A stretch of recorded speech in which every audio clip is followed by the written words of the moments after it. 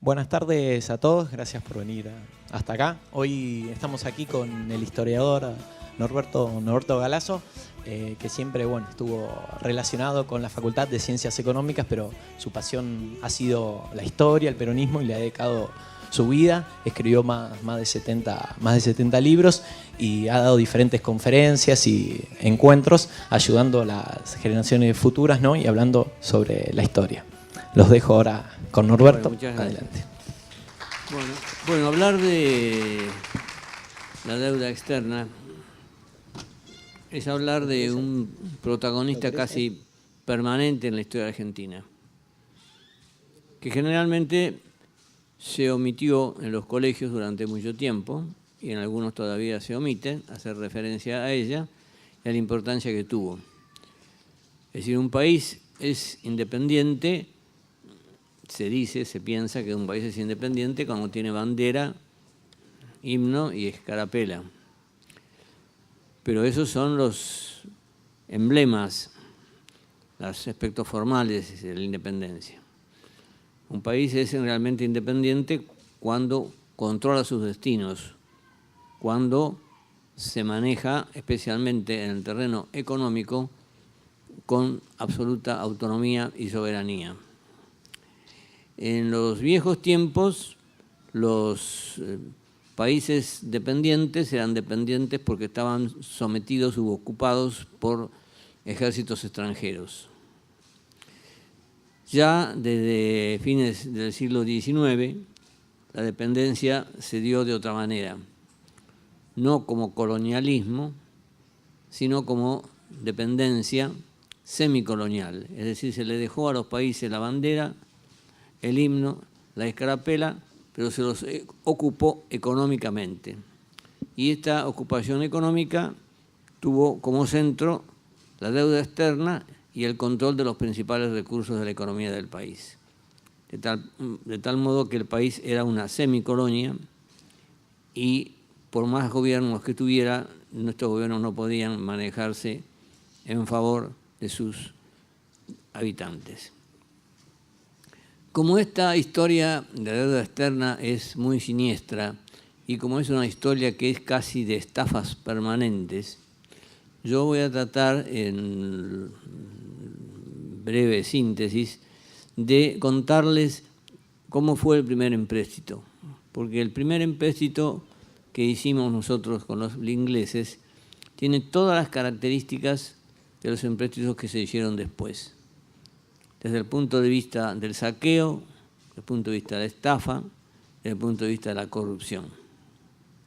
Eso se hizo en 1824. En 1824, cuando todavía no existía la Argentina como tal, existía Buenos Aires,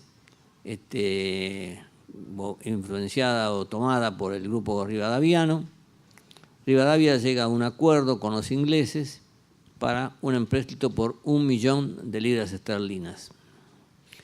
Si toman atención a las cifras, se van a dar cuenta cómo se manejan esos asuntos financieros. Cuando un país le ofrece a otro un préstamo por 1 millón de libras esterlinas, por ejemplo, el país que lo va a recibir lo que hace es imprimir títulos o láminas,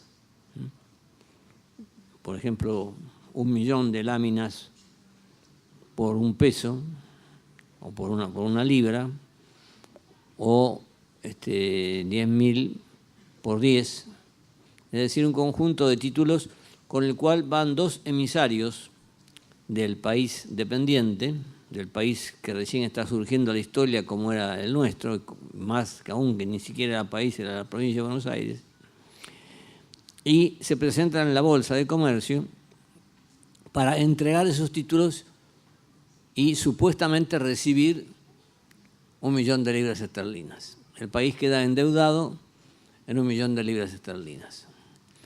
En este caso, cuando se produjo esto, los británicos, los que manejaban el Imperio Británico, nos advirtieron que nosotros éramos un país que recién se estaba organizando, un país de segunda, digamos.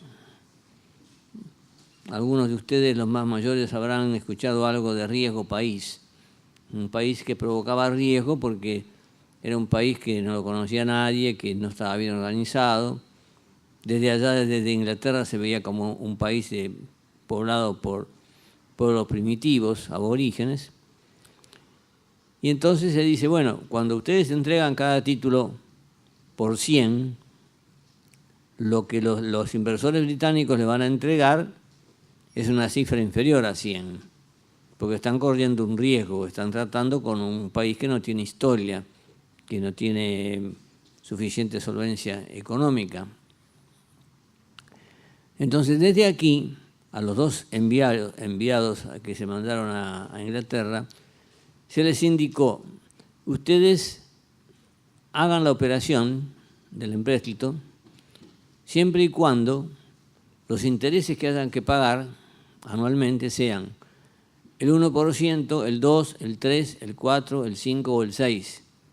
Pero si ellos exigen más del 6% de interés anual, no lo hagan. Y a su vez, desde el punto de vista de la cotización de los títulos, si ellos no quieren pagar por cada título los 100 pesos o 100 libras que van a valer los títulos, reduzcan, acepten si pagan 90, acepten si pagan 80, acepten si pagan 70, pero no menos de allí. Le pusieron un tope a los dos emisarios, pero da la casualidad que los dos emisarios, uno era Robertson, que era inglés, y otro era Félix Castro, que era socio de otro inglés. En un gobierno como el de Rivadavia, que creía que lo que había que hacer era establecer Europa en América. Entonces estos dos que representaban a Argentina y que no eran argentinos, que eran ingleses, admitieron la contratación en los dos topes peores para la Argentina. Es decir, le aceptaron el contrato de empréstito al 6% del interés, que era lo máximo que se podía hacer en contra nuestra, y aceptaron la colocación de los títulos al 70%. Es decir, que por cada 100 nos iban a entregar 70, que era la situación también más difícil para la Argentina. Sin embargo, llegaron a un acuerdo por el cual, en vez de 100, se les entregó 85 por cada título. Entonces los dos delegados argentinos comunicaron a Buenos Aires que el contrato de empréstito ya estaba terminado y que se había hecho al 70%. Con lo cual, de los 85 que le daban por cada título, se quedaron ellos con 15 y diciéndole a Buenos Aires que iban a remitir los 70. Los ingleses, que son todos filibusteros, no el pueblo inglés, el pueblo obrero inglés, sino la burguesía imperialista británica, los Baring Brothers, los hermanos Brothers, notaron, se informaron de esto y les dijeron, esta es una situación un poco anormal porque nosotros somos caballeros, como dicen los ingleses que son, ¿qué va a pasar si en Buenos Aires hay un reclamo?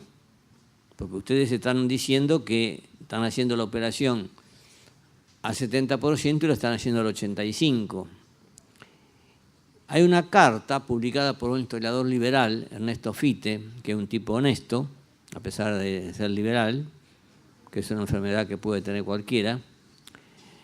Y Fichte publica una carta donde ellos, los dos delegados, le comunican a Baring Brothers, le dicen, si desde Buenos Aires protestan,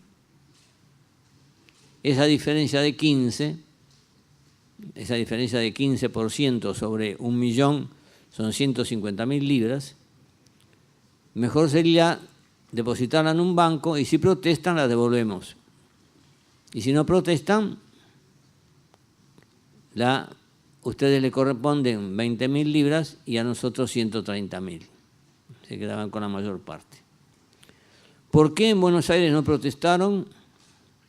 Lógicamente, si esto se lo decimos a una directora de escuela antigua que durante mucho tiempo dijo que Rivadavia era el más grande hombre civil de los argentinos, le provocaría un desmayo, porque estamos poniendo en duda la honorabilidad de Rivadavia.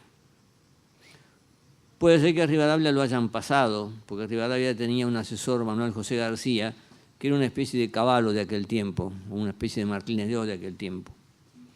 Puede ser que lo hayan tomado por tonto, puede ser que haya percibido una parte de eso. Lo cierto es que cuando llegó el punto en el cual los inversores ingleses tuvieron que pagar por cada título los 85, que se convertían en 70, el empréstito era un empréstito por 1 millón de libras, de los cuales la provincia de Buenos Aires recibiría 700.000 libras nada más. Llegado a ese punto, los inversores dijeron, sí, pero los intereses se cobran por adelantado. Y acá hay intereses del 6% anual. Se cobran por adelantado y por 2 años. Así que nosotros tenemos que deducir de los 700.000 el 12%. 6% un año y 6% el otro. Pero no el 12% sobre 700.000, sino el 12% sobre 1 millón. Es decir, 120.000 libras. Con lo cual ustedes no van a recibir 700.000 libras, sino van a recibir 580.000, es decir, 700.000 menos 120.000. Además, tampoco van a recibir 580.000, sino van a recibir algo menos, porque también hay que cobrar por adelantado un porcentaje de amortización. Y además, cuando estuvo aquí Rivadavia, la última vez que estuvo, hizo una serie de gastos a cuenta del gobierno que no pagó. Además está la comisión de los comisionistas que intervinieron en este trámite, con lo cual lo que ustedes van a recibir son 534.000 libras. 534.000 libras era casi la mitad de la cifra por la cual se endeudaba la Argentina. Los emisarios argentinos, sí, por decirlo así, argentinos, los representantes del gobierno de la provincia de Buenos Aires, dijeron, bueno, entonces vamos a recibir 534.000. No, tampoco van a recibir 534.000 porque acá hay una situación. Acá hay comerciantes ingleses que de 1809, cuando se abrió el comercio, cuando se estableció el libre comercio, esto que ahora el dirigente del Partido Socialista, Hermes Wiener, dice la mano invisible del mercado, cuando todo se hizo libremente, sin intervención del Estado, en ese momento los comerciantes ingleses empezaron a ganar dinero y han ganado cerca de 400.000 libras que Buenos Aires no tiene como para poder girarlas a Inglaterra. Entonces vamos a compensar esas 400.000 libras que ellos no pueden girar con las 400.000 libras que nosotros deberíamos girarla a ustedes. Y nosotros le vamos a dar 134.000 libras. Las investigaciones que hicieron entre otros Scalabrini Ortiz y otros hombres incluso del liberalismo, en el Banco Provincia de Buenos Aires, indican que de ese empréstito de 1 millón de libras esterlinas se recibieron 134.000 libras esterlinas. Esto es directamente una estafa. ¿Qué ocurrió con eso? Bueno, eso se fue, no se pudo pagar, porque ¿cómo se iba? Había que empezar a pagar. Estaban cubiertos los 2 primeros meses, los 2 primeros años por los intereses, pero después Rosas pagó algo para dejarlos conformes y después Mitre designó para arreglar la situación anormal que se había producido con el empréstito a Norberto de la Riestra. Norberto de la Riestra tiene una calle, una avenida muy amplia cerca de mi casa todavía.